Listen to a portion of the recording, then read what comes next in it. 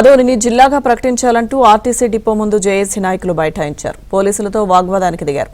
పలు ప్రాంతాల్లో అభివృద్ధి జరగడం లేదని, పునర్విభజనలో భాగంగా ఆదోనిని జిల్లా చేయాలని జేఏసీ నాయకులు డిమాండ్ చేశారు. ఈ నిరసనకు అన్ని పార్టీల నాయకులు, ప్రజా సంఘాలు మద్దతు తెలిపారు. వ్యాపారస్తులు దుకాణాలు మూసివేశారు.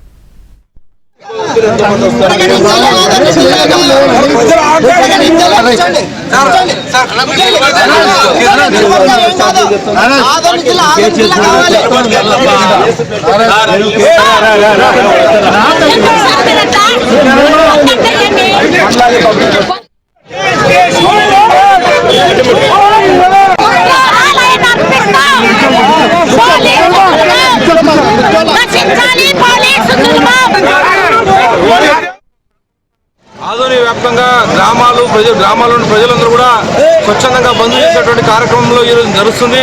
అయితే ప్రధానంగా ఆర్టీసీ డిపో ఉదయం 6 గంటల నుంచి కూడా 5 గంటల నుంచి కూడా ఉద్యమకారులందరూ కూడా ఇక్కడ వచ్చి పెద్ద ఎత్తున ధర్నా చేయడం జరిగింది. అయితే ఇప్పుడు 8 గంటల సమయంలో పోలీసులు వచ్చి యొక్క ఉద్యమాన్ని బంద్ను భంగం చేసేటువంటి ప్రయత్నాలు చేస్తున్నారు. ఏదేమైనప్పటికీ కూడా ఆదోని జిల్లా సాధన కోసము ఆదోని యావత్ ప్రజలందరూ కూడా పాటుపడతామని సందర్భం తెలియజేస్తున్నారు. అక్కడ బంద్లో పాల్గొనడం జరిగింది.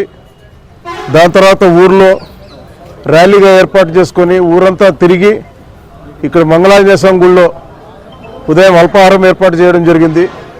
మొత్తం జేఏసీ నాయకులు కానీ, ఇతర పార్టీ నాయకులు కానీ, కుల సంఘ పెద్దలు కానీ, నాయకులు కానీ, కార్యకర్తలు కానీ అందరూ వచ్చి ఇక్కడ టిఫిన్ చేసుకొని ఇప్పటి నుంచి ఆదోని ప్రజల ఆకాంక్ష ఆదోని జిల్లా కావాలనే ఆకాంక్షని నెరవేర్చడానికి ఇంతవరకు బంద్ జయప్రదం చేశారు.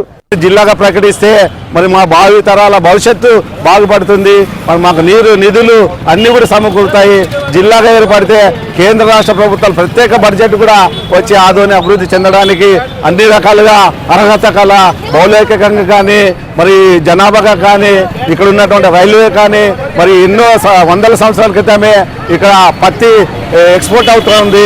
రైల్వే మార్గం ఉంది. మరి ఇక్కడ కన్యాకుమారి నుండి బొంబాయి వరకు కూడా రైల్వే మార్గాలు ఉన్నాయి. దాదాపు రోజుకి 40-50 ట్రైన్లు ప్రయాణం జరుగుతూ ఉన్నాయి. కాబట్టి ఖచ్చితంగా ఆదోని 5 నియోజకవర్గ ప్రజానికాన అభిష్టాను మీరు పరిధిలోకి తీసుకుని జిల్లాను ప్రకటిస్తారని చెప్పి ఈరోజు ఆదోని బంద్ను కూడా పిలుపునివ్వడం జరిగింది.